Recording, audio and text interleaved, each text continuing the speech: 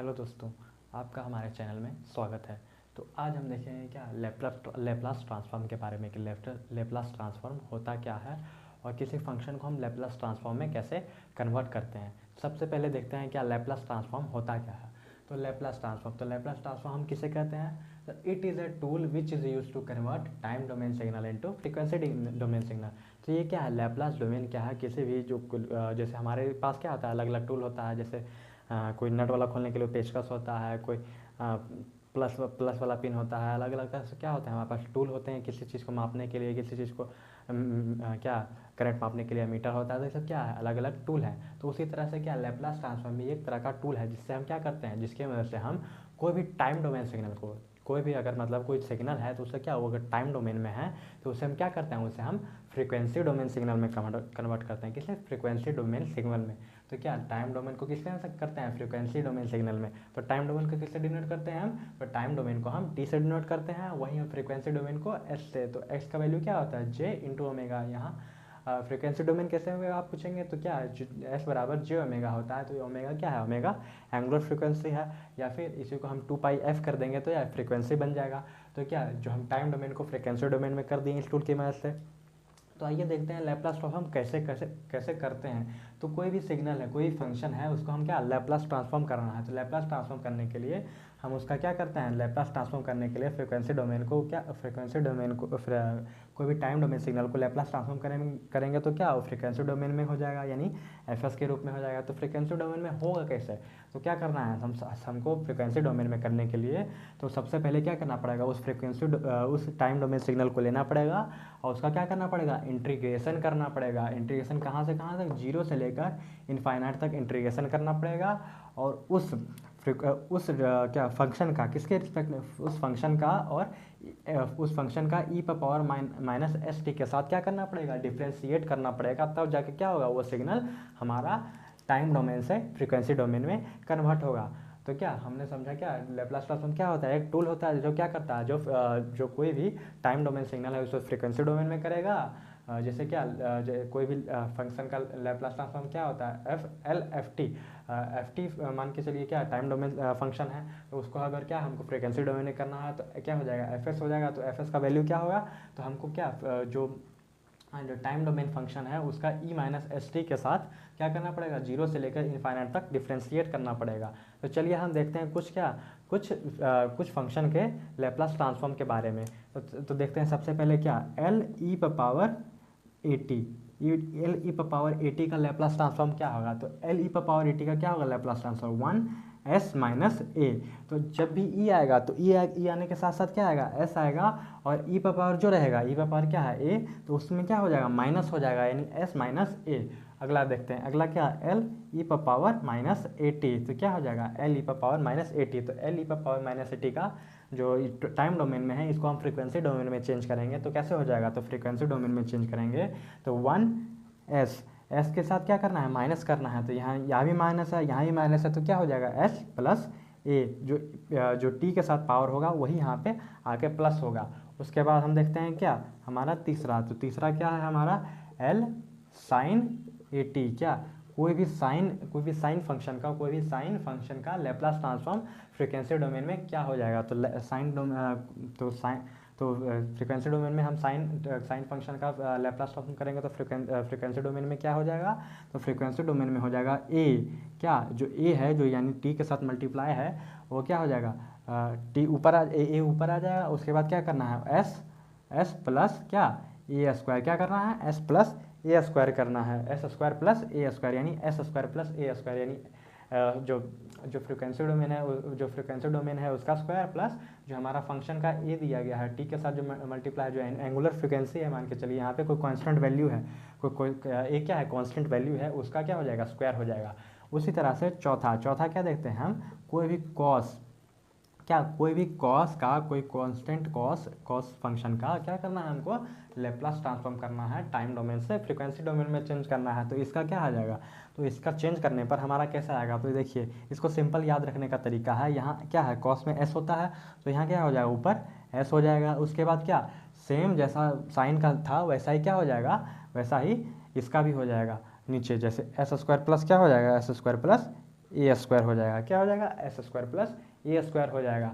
तो इसका देखिए सबसे पहले क्या, हमको कोई भी e exponential function e power a t का लैप्लास ट्रांसफॉर्म करना है। तो क्या हो जाएगा? 1/s माइनस ए टी, जहाँ ई आएगा वहाँ क्या आ जाएगा? s माइनस जितना पावर है वह, उसके बाद यहाँ माइनस है तो यहाँ क्या हो जाएगा? प्लस हो जाएगा। उसके बाद देखिए 3 में क्या लैप्लास ट्रांसफॉर्म करना है, कोई साइन कांस्टेंट साइन फंक्शन का, जो साइन फंक्शन का कांस्टेंट साइन फंक्शन का क्या हो जाएगा?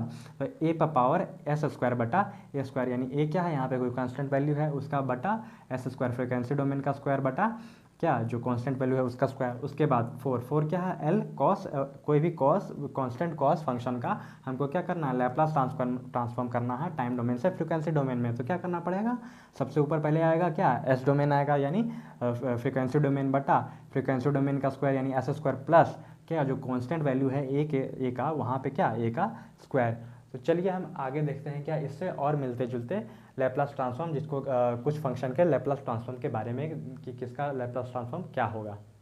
तो चलिए अब हम आगे देखते हैं अलग अलग जो फंक्शन है उनके लैप्लास ट्रांसफॉर्म के बारे में। तो देखिए सबसे पहले हमारा क्या है? Unit step. तो कोई भी यूनिट स्टेप सिग्नल है तो उसका लैप्लास ट्रांसफॉर्म क्या होगा? तो Laplace transform unit step signal को हम क्या है? यूटी से दिखाते हैं।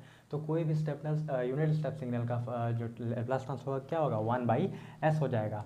उधर देखिए उसके बाद कोई भी लैप्लास ट्रांसफॉर्म कोई भी यूनिट स्टेप सिग्नल का अगर t-1 यानी कोई जो उसका t टाइम डोमेन में कोई कांस्टेंट वैल्यू माइनस हो रही है तब उसका क्या होगा?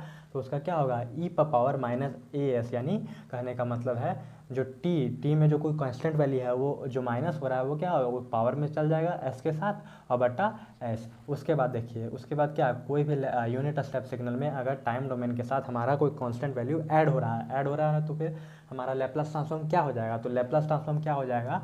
तो e पर पावर as, यानी जो टाइम डोमेन के सिग्नल में हमारा कांस्टेंट वैल्यू ऐड हो रहा है तो उसके क्या फ्रीक्वेंसी डोमेन के साथ e पर पावर as के रूप में ऊपर और बटा क्या s फ्रीक्वेंसी डोमेन नीचे। उसके बाद देखिए यूनिट इम्पल्स सिग्नल, कोई अगर यूनिट इम्पल्स सिग्नल है तो उसका लैप्लास ट्रांसफॉर्म क्या होगा? तो देखिए तो यूनिट इम्पल्स सिग्नल को किससे? डेल टी से दिखाते हैं। तो डेल टी से दिखाते हैं तो यूनिट स्टेप सिग्नल का लैप्लास ट्रांसफॉर्म क्या हो जाएगा? तो यूनिट स्टेप सिग्नल का लैप्लास ट्रांसफॉर्म 1 हो जाएगा। उसी तरह से देखिए Laplace transform unit impulse signals का अगर कोई जो टाइम फंक्शन में से अगर कोई कांस्टेंट वैल्यू माइनस हो रहा है तो क्या होगा? तो क्या होगा? ई पर पावर जो टाइम फंक्शन में माइनस हो रहा है माइनस as बटा क्या 1। उसके बाद देखिए लैप्लास ट्रांसफॉर्म ऑफ कोई भी यूनिट इम्पल्स सिग्नल का अगर टाइम डोमेन के साथ कोई कांस्टेंट वैल्यू ऐड हो रहा है तो क्या हो जाएगा? ई पर पावर a बटा as, यानी जो टाइम डोमेन में प्लस हो रहा है कांस्टेंट वैल्यू वो क्या होगा? a के साथ पावर के रूप में s के साथ e पे पावर आ जाएगा। उसके बाद देखिए लैप्लास ट्रांसफॉर्म ऑफ t, यानी कोई कांस्टेंट t, यानी कोई यहाँ पे आ सकता है क्या? यहाँ पे t को अगर हम क्या लैप्लास ट्रांसफॉर्म करेंगे तो क्या आएगा हमारा लैप्लास ट्रांसफॉर्म? तो देखिए तो क्या आ जाएगा? 1/s square. तो ये आता किससे? तो आता ये मेनली इस फॉर्मूला से है। तो देखिए इस कैसे फॉर्मूला है? तो कोई भी l मतलब लैप्लास ट्रांसफॉर्म ऑफ t पर पावर n, तो कोई भी अगर t पर पावर n है तो उसका लैप्लास ट्रांसफॉर्म हम करेंगे कैसे? तो कोई भी t पर पावर n है तो उसका लैप्लास ट्रांसफॉर्म करने के लिए हमको जो पहले n है यानी पावर है उसको देखना है। तो उसका सबसे पहले क्या करना है? फैक्टोरियल करना है। तो फैक्टोरियल करने के बाद उसके बाद क्या करना है?